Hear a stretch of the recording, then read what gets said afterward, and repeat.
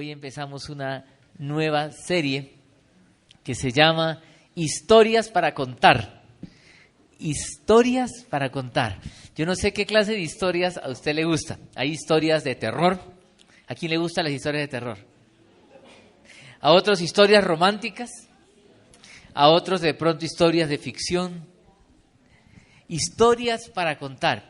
Y creo que todos nosotros también tenemos historias. Y hay unas historias que son tan dramáticas o tan fuertes que quedan grabadas en la memoria. Y hay historias que inclusive producen tal impacto en la vida que la vida cambia. Yo recuerdo la historia de un hombre que le dio un infarto. Él no iba nunca al médico porque a él le preguntaban cómo va de colesterol, triglicéridos, y él respondía, bien, siempre tengo hartos, ¿sí? No iba nunca al médico hasta que un infarto le cambió la vida y empezó a hacer ejercicio, empezó a una dieta saludable. Esa experiencia, y él cuenta esa historia, cómo vivió toda esa época. Recuerdo también una historia, usted tiene muchas de pronto, historias que uno queda como a veces impactado. Yo recuerdo cuando hace muchos años con Rosita, éramos novios todavía, fuimos allá en el Perú a visitar una isla con unos 20 amigos más en una lancha. Íbamos mar adentro y el tipo que nos llevó a una hora que no debía habernos llevado. Cuando la lancha salió de la bahía y quedó ahí a mar abierto, el viento era tan fuerte que yo recuerdo la lancha arriba y ver el mar ahí abajo. Y luego la lancha aquí abajo y ver el mar así como la pared. Y se movía esa lancha de una manera impresionante. Y cuando veía al que manejaba la lancha que iba tranquilo, pues yo decía, el tipo sabe lo que hace. Cuando el tipo ya estaba nervioso y pálido, ahí sí me asusté. Cuando volteo a ver a Rosita, Rosita estaba por este lado, no puedo describir lo que estaba haciendo. Miro a la gente estaba temblando. Había un amigo ahí en el grupo que le tenía miedo y pánico al mar y lo subimos como que suba, no sea gallina. Y ahí vi literalmente cómo una persona le tiemblan las rodillas pegaban así, ¿sí? Y él no respondía, le decía, ¿cómo estás? Y él no respondía. Yo decía, este tipo se murió ya, ¿sí? Pero de verdad fue una experiencia muy, muy, muy fuerte porque en un momento yo miraba para todo lado y miro hacia adelante, había un señor abrazando a sus dos hijos chiquitos, ¿sí? Era abrazándolos, eso parecía como el Titanic, esperando ya que la cosa... Yo vi una tabla por aquí, otra tabla por allá y ya comencé a planear el naufragio. Rosita, tú coges esta tabla, esos chinos allá. Y la gente era por otro lado, ay Señor, Padre Santo. La gente ya era pidiendo a Dios. Y ahí sí me dio mal genio. Yo me puse a decir, sí, ahora sí oran, no, ahora sí oran. Arrepiéntanse más bien de todo lo que han hecho. Y Rosita luego cuando nos bajamos de la lancha, ay, ese Juaco se pone a predicar ahí en plena lancha cuando la... Pero recuerdo esa historia porque fue dramática, de verdad. O sea, fue una cosa, 2 horas, no llegamos a la isla y llegamos todos asustados, todos llegamos a orar, Señor, gracias. El tipo, el de la lancha, llegó pálido, el tipo también feliz de haber llegado. Cuando ya estábamos llegando, bordeando por toda la orilla, vimos una lancha volteada. ¿Y eso? No, tranquilos, eso es una que está dañada, cerrada, bueno. Pero son historias que lo dejan a uno a veces impactado. Rosita podría contar esta historia en 2 horas, pero depende quién la cuente también, los detalles que pueda incluir o no. Lo que quiero decir que estas historias dejan huella y dejan lecciones también para la posteridad. De seguro usted tiene varias, pero quiero que pensemos en esto, historias para contar. En esta época que se habla mucho de liderazgo, de coaching y todo lo demás, sabe que uno de los aspectos importantes en el liderazgo es el contar historias. Si uno es vendedor, dice tiene que ser un buen contador de historias. Si es profesor, tiene que ser un buen contador de historias. Si es abogado, bueno, el abogado tiene muchas para contar, ¿cierto? Pero porque es la manera como se comunica a la gente, cómo uno puede enseñar, cómo uno puede transmitir emociones, conocimientos, sentimientos, etcétera. Contador de historias. Se escriben libros, los gringos escriben libros, dicen los storytellers, dicen en inglés, ¿cierto? Vea, Jesús fue el más grande contador de historias. Antes que estos locos empiecen a hablar de todo esto y saquen diplomados y hasta posgrados de contar historias, Jesús fue el más grande contador de historias. Y las historias de Jesús se siguen contando. Y no solamente el más grande contador de historias, sino el que sigue escribiendo historia en la vida de todo aquel que se acerca a él. Sigue escribiendo historias. Y lo que quiero que pienses en esto, él sigue escribiendo una historia en cada uno de nosotros. ¿Cuántos capítulos tiene Hechos? ¿Cuántos? 20. ¿Quién da más? 28 capítulos. Yo creo que hoy estamos como en el capítulo 2000 y pico. Se siguen escribiendo. ¿Por qué? Porque la obra del Espíritu Santo en la vida de las personas no se ha detenido. Sigue. Y el Señor Jesús sigue escribiendo historia. Y me encanta una frase que una vez escuché y se me quedó. El Señor escribe derecho sobre renglones torcidos. Y sigue escribiendo. Y el Señor está escribiendo una historia en cada uno de nosotros. ¿Cuál es nuestra historia? Yo quiero que piensen esto. Así como Él está escribiendo una historia en nosotros, en mucha gente podemos encontrar historias para contar. Y quiero que pensemos en una historia, la historia de un hombre llamado Mateo. En Mateo justamente, capítulo 9, versículos del 9 al 13. Yo le puse el texto en el bosquejo. Mateo, ¿sabe lo que significa el nombre Mateo? Mateo significa don de Dios o regalo de Dios. Imagínense. Y este hombre, rico, porque era publicano, saben que un publicano era un recaudador de impuestos. Los recaudadores de impuestos eran ricos porque ellos tenían por sueldo todo lo que ellos cobraran de más. ¿Se imaginan eso? Entonces ellos recogían impuestos para el Imperio Romano y lo que cobraran de más, el porcentaje de más era para ellos. Eran tan ricos, pero despreciados por el pueblo, porque lo extorsionaban al pueblo, que tenían que hacer vida social entre ellos y solo juntarse entre ellos porque el pueblo no los quería. Pero era gente rica. Y esta es la historia de un hombre llamado Mateo, un funcionario público, pero un hombre común y corriente, como usted y como yo, como nosotros. Pero este era un hombre que quiero que piensen lo que está pasando con él. Dice, al irse de allí, Jesús vio a un hombre llamado Mateo. Estoy en el versículo 9. ¿Dónde estaba Mateo? Sentado a la mesa de recaudación de impuestos. Es decir, Jesús lo vio y ¿en qué labores andaba Mateo? Cobrando, mejor dicho, trabajando. Estaba en lo suyo, estaba en lo de él. Mateo tenía todo lo que muchos hoy quisieran tener. La gente dice, yo quisiera tener casa, carro y beca. Mateo tenía casa, no lo dudo. ¿Quién sabe? No creo que él arrendaría o que tenían propiedad y los publicanos eran ricos. Carro, bueno, tendría de pronto una mula último modelo, ¿cierto? No era el que está pagando las cuotas de la mula como muchos de nosotros, no, él ya tenía su mula último modelo. Beca, no, él tenía la plata. Otros dirán salud, dinero y amor. Salud, la Biblia no dice que estuvo enfermo. Dinero tenía, amor, ahí sí no sabemos. Pero Mateo tenía muchas cosas que muchos hombres quisieran tener, que muchas personas quisieran tener. El texto dice que cuando Jesús lo llama, él deja todo. Dice en Lucas, añade un argumento más, un elemento más. Dice, Mateo se levantó y lo siguió. Él mismo está describiendo. Lucas añade un aspecto. Ahora Mateo está escribiendo su historia, porque él es el autor del Evangelio. Dice Lucas que dejándolo todo. La pregunta es, ¿qué cree que dejó Mateo? Estaba sentado allí, ¿qué puede usted imaginar en esa mesa? Papeles, recibos, ¿y qué más? La plata, ¿sí? Oiga, dejó todo. Si usted hubiera sido Mateo, ¿qué hubiera hecho? Yo hubiera, Señor, ahí voy. ¿Cierto? Porque para algo puede servir. Él dejó todo y siguió a Jesús. Me hace recordar a los pescadores que Jesús los llama, que estaban remendando las redes y dejaron todo y siguieron a Jesús. La idea de dejarlo todo. Dejar todo para seguir a Jesús. Y quiero que pensemos en esto. En esta historia hay un antes y un después del encuentro con Jesús. En ese antes encontramos a un hombre concentrado en sus asuntos. Y creo que allí nosotros también podemos describir nuestra historia. ¿Cómo éramos nosotros antes de conocer a Jesús? Si usted no conoce a Jesús, usted está en este punto. ¿Cómo era? Yo puedo decirle, conocí a Jesús a los 16 años. Como dice un canto que cantan los muchachos o cantaban, yo era un tipo relativamente bueno, mejor dicho, tenía llena la barriga y la conciencia tan tranquila que llegué a sentirme bueno de verdad. Pero dice, yo era un tipo relativamente bueno, porque, ojo con eso, muchos creen que la historia tiene que ser una historia de película. Yo era un ladrón, sinvergüenza, asesino, y ahora te conozco a Cristo. No, cada uno tiene una historia. Cada uno tiene una historia que contar con Jesús. Lo que quiero que pensemos aquí, que Mateo está en lo suyo, en lo propio. Hoy el bachiller está en lo suyo, en lo propio, el universitario también. Usted en su trabajo está en lo suyo. Lo que quiero que notemos aquí es que Jesús desacomoda a la persona. Lo sacó de su lugar, lo desacomodó. Mateo estaba sentado cómodamente en sus labores y en su trabajo. Ahora, llama la atención que Mateo deje todo. Cuando uno cambia, deja todo por algo, es porque encuentra algo mejor, ¿cierto?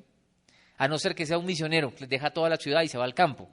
Pero es mejor también, porque está dejando un trabajo por uno mejor, que es servir al Señor totalmente. Pero uno está buscando algo mejor, algo que sea bendición para los demás. Piense en esto, por favor. Jesús desacomodó a este hombre. Lo desacomodó. Y la historia no queda ahí. Siga leyendo. Dice, mientras Jesús estaba comiendo en casa de Mateo, muchos recaudadores de impuestos y pecadores llegaron y comieron con él y sus discípulos. Cuando veo esta historia, siempre la he visto desde el punto de vista de Jesús. Jesús haciendo un escándalo. ¿Por qué? Está comiendo con gente con la cual nadie comería. ¿Se ha puesto a pensar en eso? Usted pasa por las noches por acá por el frente y estos barcitos están llenos de gente. Y están en una parranda.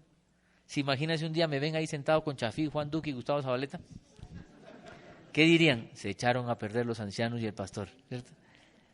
Lo que quiero que pensemos es, Jesús estaba en medio de ellos, pero Jesús no participó de su pecado. Pero lo que quiero que pensemos es del lado de Mateo. ¿Se imaginan la emoción para Mateo recibir a Jesús en su casa? Muchos creen que Mateo conocía ya algo de Jesús. Muchos creen que Mateo ya había escuchado, porque Jesús no estaba pasando desapercibido. Ya la gente conocía de Jesús. Y por eso Mateo lo sigue y lo invita a su casa. Si usted fuera Mateo, invita a Jesús a la casa, yo lo invitaría solo a Jesús y me siento con él a que me explique todas aquellas cosas que está enseñando y no entiendo. Pero Mateo no hace eso. Dice el texto que él invita a mucha gente, muchos recaudadores llegaron. Y Lucas 5:29, el texto paralelo, añade un detalle. Y no piense que los evangelios se contradicen, sino que cada uno está narrando su historia desde su perspectiva. Yo les conté la historia de Altamar desde mi perspectiva. Rosita contaría que se la pasó todo por el ladito, ¿sí? Mirando el mar y contaminando el mar. Cada uno cuenta la historia desde su ángulo, como lo vio. Lucas menciona algo, dice, y Leví, que es Mateo, hizo gran banquete en su casa. Vean, hizo un banquete y dice que fue grande. Ahora usted se imagina qué banquete habrá hecho Mateo si Mateo tenía plata. O sea, yo no creo que Mateo mandó pedir arroz chino y no. Eso fue, yo imagino los discípulos comiendo allí, sí, en la casa de Mateo. ¿Se imaginan eso? Uy, la casa de Mateo. Yo imagino ese Pedro con lo guache que era, sí, lo profundo que debe haber sido, ¿sí? Una garra ahí comiendo. Pero estaban en plena fiesta. Tremendo banquete. Ahora, algunos dirán, Mateo tenía plata, por eso podía hacer eso. Yo no creo que es eso. Creo que era la generosidad, lo que había pasado en el corazón de Mateo. Porque hay gente que tiene plata y es, pero, devoto de la Virgen del Puño, ¿cierto? Acuérdense más bien de la viuda pobre, que echó lo que tenía. Aquí estamos frente a un hombre rico, pero que también da y comparte y llama a sus amigos. Los llama, los invita. No está pensando en Jesús para él solo. Está pensando en los otros y todos compartiendo con Jesús. Está gastando su plata, está abriendo su casa. Vean lo que pasa con una persona que se encuentra con Jesús. Y me llama la atención esos detalles que da el Evangelio. Imagínese Mateo, cuando nos encontremos con él en el cielo, ¿qué contará? ¿Cómo lo contará Mateo? Yo estaba allí y me llamó y yo dejé todo. Y luego me puse a pensar, la plata, mi hijo, no, ya qué importa. Estaba con Jesús. Y lo invité a la casa. Algunos creen que ese banquete fue varios días después, que no fue inmediatamente. Porque esto de organizar el banquete e invitar a toda esta gente, pues lleva tiempo. Algunos dicen, pasaron algunos días que Mateo ya estaba caminando con Jesús. Y Mateo organizó toda esa recepción porque quería compartir con los demás lo que estaba pasando con él. Quiero que pensemos en esto. ¿Qué le diría Mateo a sus amigos? Yo estaba sentado, pasó este Jesús del cual hemos oído hablar y me llamó y yo lo seguí. Yo imagino que los amigos le habrán dicho, uy, qué dicha la tuya que te miró a ti. Otros habrán dicho, qué bueno que no me miró porque yo no dejo mi puesto por nada, ¿sí? No dice la Biblia que los demás recaudadores dejaron su trabajo. Estamos frente a un funcionario público, corrupto como los de ahora, que deja todo para seguir a Jesús. Y el encuentro con Jesús le cambia totalmente la vida. La vida le cambia y le da un giro total y él se convierte en un discípulo. Y vea el proceso, lo ve, le habla, comparte y caminan juntos. Es la historia de Mateo. Ahora pensemos en nuestra historia. Si usted ha tenido un encuentro con Jesús, también tenemos un antes y tenemos ahora un después. Y lo que quiero animarles a esto, en este mes, quiero que pensemos que usted y yo hemos sido llamados a contar nuestra historia, a contarle a los demás lo que Jesús está haciendo con nosotros, como lo hizo Mateo. Llamó a sus amigos, les contó, no tenía todas las respuestas. Muchas veces nos da miedo hablar de Jesús porque tenemos miedo que nos corchen, tenemos miedo que se burlen de nosotros. Porque si alguien dice, yo me entregué a Jesús, la gente les va a decir un montón de barbaridades, ¿como cuáles? Mi hijito, ahora le van a sacar la plata, ¿sí? De pronto ya le han dicho cosas de esas. O de pronto le han dicho cosas como, ay, qué locura se metió, se volvió aleluya, ¿sí? Usted ahora se volvió loco, de esos que andan gritando. No, tráigalos a la confra que aquí no gritamos, ni tampoco sacamos plata, al contrario, a la confra es que se le saca, ¿cierto? Pero lo que quiero que pensemos es en esto, historias para contar que son bendición para las demás personas. No tengamos temor compartir nuestra historia como Mateo. Llamó a sus amigos, se expuso a la crítica, a la burla, a lo que sea, pero lo hizo. Vean, una manera muy sencilla de compartir con otros de Jesús, y piensen esto, y ojalá lo recuerde, es cuente lo que Jesús ha hecho por usted. ¿Tiene una historia para contar? Cuéntela. ¿Qué ha hecho Jesús? Dígale por qué viene a la iglesia, por qué lee la Biblia, por qué va a un grupo de crecimiento, por qué sirve, por qué hace lo que hace. Esto tiene un valor muy grande, muy poderoso, subjetivo, por cierto, pero poderoso. Es lo que me ha pasado. Es como el ciego que le dijeron, ¿quién te sanó? Y él dijo, yo no sé. Lo único que sé es que antes no veía y ahora veo. Recuerdo un muchacho en la Universidad Nacional una vez que él entró a la Facultad de Filosofía y al pobre le dieron duro, cuestionaban su fe, él no sabía qué responder. Y al final el tipo dijo, vea muchachos, si esto es mentira como ustedes dicen y esto es un cuento, lo que quiero decirles es que este cuento me ha hecho el hombre más feliz de esta tierra. ¿Los otros qué pueden decir? Pues siga con su cuento, si lo ha hecho feliz. Es poderoso el argumento, pero es subjetivo. Pero es un primer paso. ¿Sabe cuál es el segundo? El segundo, cuéntele lo que Jesús ha hecho por todos nosotros, por la humanidad. Jesús murió en la cruz del Calvario por todos nosotros. Y lo tercero, dígale lo que Jesús puede hacer por él. Es una manera muy sencilla de hablar de Jesús. Esa es mi historia. Y si la gente nos corcha con preguntas y cosas, es momento de buscar, de preguntar. Tranquilo, yo pregunto. Esto me va a ayudar a mí también a descubrir y uno crece. Nunca vamos a tener todas las historias, escúcheme, todas las respuestas. Hay personas que quieren que su historia, la historia que el Señor está escribiendo en nosotros, como que llegue al final y cuando ya esté ya al final, cuando fin de la historia, yo recién la cuento. Cuando llegue ese momento de fin, ya está con el Señor.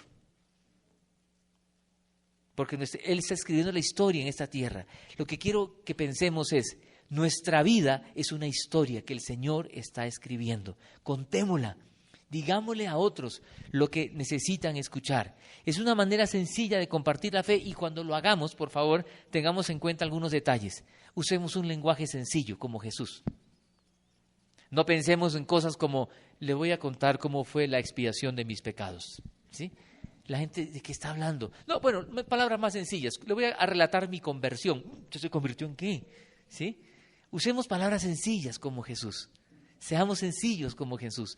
Pongámonos al nivel de la gente. Tampoco cuando la gente haga una pregunta difícil, espera que tú crezcas un poco más y entenderás estas cosas. No, soy un pecador como Él. Soy tan vulnerable como Él. Sufro igual que Él. Sufro las mismas cosas que Él está sufriendo. Soy un mendigo igual que Él, solo que he encontrado en donde hay comida. Y le puedo decir, venga, que aquí hay. Porque somos pecadores, tanto Él como nosotros. Necesitamos contar la historia. Pero ¿sabe algo más que nos dice el texto? Que cuando uno comienza a vivir esto, de contar la historia, cuando uno comienza a vivir esta vida con Jesús, los problemas no se hacen esperar. Vea el versículo 11. Días después, ¿cierto? Cuando estaban en el banquete, dice, cuando los fariseos vieron esto, vieron a Jesús con los publicanos, imagínense eso, qué escándalo. Dice, estos le preguntaron ¿a quién? A los discípulos, ¿por qué come su maestro con recaudadores de impuestos y con pecadores? ¿Por qué no le preguntaron a Jesús directamente? ¿Se ha puesto a pensar en eso? ¿Están viendo algo? ¿No les parece? Y le dicen a los discípulos, ¿qué hace su maestro? ¿Sí ve lo que hace? ¿Sí ve lo que hace? ¿Ven cómo tratan de socavar la autoridad de Jesús? ¿Sabe lo que dice Lucas 5:30? Dice que los escribas y los fariseos murmuraban. La murmuración. ¿Qué es murmurar? Cuando chismear, ¿cierto? No, me imagino, si ven, yo les dije, ese Jesús es terrible, véalo, santico comiendo con todos esos sinvergüenzas. Saben que la murmuración ha sido algo característico del pueblo de Dios. En el Antiguo Testamento, cuando Dios sacó al pueblo de Egipto, en el desierto, ¿qué hizo el pueblo? Murmurar. Estamos aquí en el desierto, cuando en Egipto teníamos comida, y Dios le da pan del cielo. ¿Se imaginan el milagro? Comen pan hasta saciarse y luego solo pan, solo maná, murmuran. Dios le da agua, se llenan de agua y después solo pan y agua. Entonces Dios le da carne. Dice que la carne se le salía por las orejas y vuelven a murmurar, todo el tiempo murmurando. Viene el Nuevo Testamento, Jesús, y murmuran de Jesús. ¿Se da cuenta cómo la murmuración está tan ligada al corazón humano, tan dañado por el pecado? Ellos no son capaces de hablar de manera franca y directa, sino que tienen que murmurar y buscan socavar la autoridad de Jesús. Cuando nosotros comenzamos a contar nuestra historia, van a surgir también murmuraciones y gente que va a atacar. Se volvió loco. ¿Qué está haciendo? ¿Por qué no duerme el domingo hasta tarde? Es el único día que tiene para descansar. ¿Qué es lo que usted hace allá metido? ¿Sí? Tengamos por eso cuidado. ¿Saben? Es normal que eso pase. Es más, me extrañaría si la gente no murmura cuando somos fieles al Señor. Por eso Jesús dice, gócense y alégrense cuando la gente diga toda clase de mal contra ustedes, mintiendo. Dice Mateo capítulo 5. Toda clase de mal contra ustedes, mintiendo. Esta es la historia de Mateo. Esta es la historia que él podía contar y él la escribe, él la cuenta. Quiero que, por favor, aquí tengamos mucho cuidado. Tenemos una historia que contarle a la gente. Cuéntesela. Contémosle a los demás lo que Jesús ha hecho con nosotros. No solamente contar la parte hermosa y bonita de la historia, porque todos tenemos también historias difíciles. Yo le cuento a mis hijos, le digo, hijos, como he contado aquí varias veces, vengo de un hogar de padres divorciados, soy el tercero de 5 hermanos, candidato a divorciarme según las estadísticas, igual que Rosita, pero llevamos más de 20 años juntos, no porque seamos tercos y masoquistas, sino porque Jesús está escribiendo una nueva historia. Y quiero que mis hijos sigan escribiendo esa nueva historia con Jesús. Y queremos contarle a la gente. Y cuando la gente diga, ay, que usted es tan lindo, que usted es tan bello, Dios cómo lo ha bendecido, Dios lo puede bendecir a usted también. La gente no se le ha acercado a decirle a veces, lloré por mí, que usted está más cerca de Dios. ¿Sí le han dicho eso? Yo espero que le hayan dicho eso, ¿cierto? Ahí es cuando nosotros podemos contestar, voy a orar por usted, pero usted también puede orar por sí mismo, porque Dios lo escucha a usted también y quiere escucharlo. Quiero desafiarles a algo. Contemos nuestra historia a nuestros hijos, a nuestros familiares, a los compañeros de trabajo. Cuando comencemos a contar nuestra historia, la gente va a preguntar, va a murmurar, va a hablar, pero ahí empieza la aventura de la fe. Voy terminando, escúcheme por favor. En este tiempo que vive Colombia, necesitamos, creo en la soberanía de Dios y creo que todo lo que estamos viviendo es parte del plan de Dios. Y en la historia de Colombia, del Evangelio en Colombia, nosotros tenemos un rol protagónico en este tiempo, contar nuestra historia en este momento en el que estamos, donde hay tanta corrupción, y manipulación espantosa con esto del sí y del no, por ejemplo. No les voy a decir por qué votar. Lo que sí quiero decirles es, no nos dejemos manipular con tanta cosa absurda, porque escúchenme por favor, ni el sí ni el no van a lograr la paz de Colombia. La única paz, escúcheme porque no quiero ser mal entendido, la paz se construye cuando hay reconciliación. Y hay reconciliación en parejas, entre amigos, entre naciones, entre quienes estén en pleito. Hay reconciliación cuando hay confesión. Y hay confesión cuando hay arrepentimiento. Si no hay arrepentimiento, esto es pura cordialidad. Es el marido que le dice a la mujer, bueno, mi amor, ya no peleemos más, punto, ya, quedemos aquí. Pero nunca se reconciliaron de verdad. No hay paz. Por eso, la única paz, la verdadera paz, en este mundo vivimos en guerra y en crisis, no solo en Colombia. Hay gente que huye de Colombia porque aquí está terrible, me matan en cualquier parte, se van a Francia y peor, ¿cierto? Se van a los Estados Unidos porque es tranquilo. Mira, aquí muere gente todos los días. En los Estados Unidos entra un loco a una discoteca y mata a 100. ¿Se han puesto a pensar en eso? Lo que quiero decir es que en este mundo cochino y pecador muere gente todos los días por una y otra razón. La esperanza es el Evangelio, por más que la gente se burle de la propuesta de Jesús. Va a haber paz cuando haya reconciliación. Habrá reconciliación cuando haya confesión. Y hay confesión cuando haya arrepentimiento. Contemos nuestra historia. ¿Cómo usted se arrepintió? ¿De qué se arrepintió? ¿Cómo me arrepentí de mis pecados? ¿Cómo el Señor me perdonó? ¿Cómo me reconcilié con Él y con mis hermanos y con mi familia, etcétera, etcétera, etcétera? ¿Cómo me reconcilié con mi esposo a raíz de tantas cosas que vivimos? Cuéntele la historia. Esas son las historias que tenemos que contar, porque solo Jesús es la esperanza. Solo Jesús es la respuesta. La pregunta que le puse para reflexionar es: ¿cuál es su historia? ¿Está dispuesto a contarla? Necesitamos contar esta historia. Ore.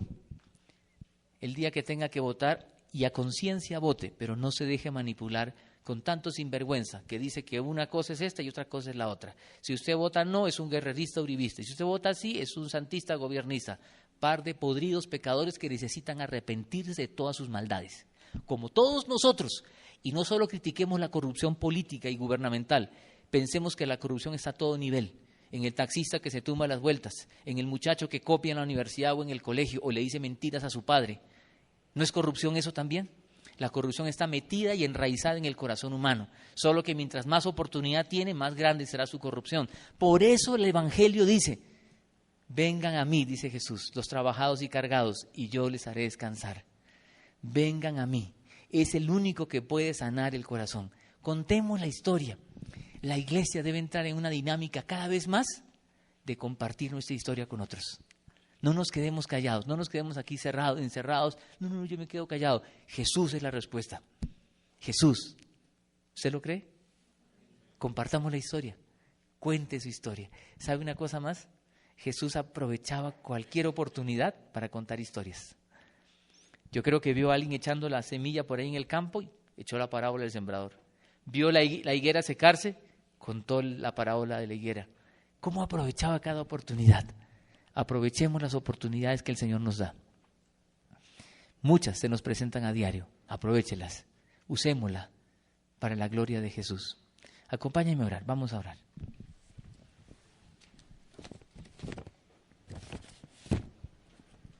Señor, gracias porque tú has escrito historias y sigues escribiéndolas. Gracias por las historias que tenemos para contar del caminar contigo. Señor, queremos contársela a nuestra familia. Queremos contársela a nuestros hijos, a nuestros padres. Queremos contársela a los compañeros de trabajo. Queremos contarles lo poderoso que tú eres, Jesús, que tú eres la esperanza. Y por eso oramos por Colombia, Señor. Que tu palabra corra en este tiempo. En estos momentos de tanta confusión, manipulación y de intereses creados, intereses personales, oramos, Señor, para que tú te compadezcas del país y uses a tu iglesia, nos uses a nosotros como tu pueblo para llevar una voz de esperanza, llevar una voz del Evangelio, buenas nuevas que implican arrepentimiento, confesión y restauración. Señor, sana nuestra tierra. Tu palabra dice que si se humillare mi pueblo, sobre el cual tu nombre es invocado, oraren y buscaren su rostro y se arrepintieren de sus malos caminos, tú sanarás la tierra. Señor, oramos arrepentidos delante de ti. arrepentidos porque a veces no hemos contado nuestra historia lo suficiente. Úsanos para que de esa manera otros puedan llegar a tus pies, Señor.